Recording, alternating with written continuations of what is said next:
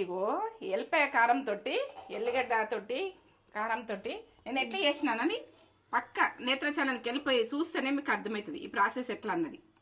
ఎల్లిపాయ కారంతో గుడ్డు అందులో ఏమేమి వేసినా అన్నది. ఇంకా ఎల్లిపాయ కారమే అనుకోకుర్రి. ఇక దీన్ని లెవలే టేస్ట్ ఏం చెప్పలేను, తగ్గేదే లేదు. ఇక ఈ టేస్ట్కి తగ్గము. మనం కమ్మతనానికి ఏం తగ్గది.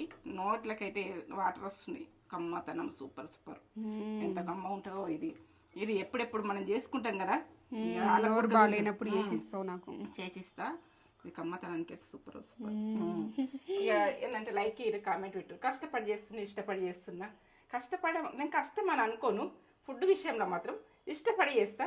మీరు ఒక లైక్ కామెంట్ అయితే ఇది కదా.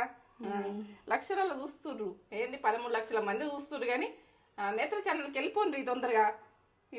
వెళ్ళిపోయి నేత్ర ఛానల్ అయితే 13 లక్షలు చూస్తుర్రు. ఇక తొందరగా మీరు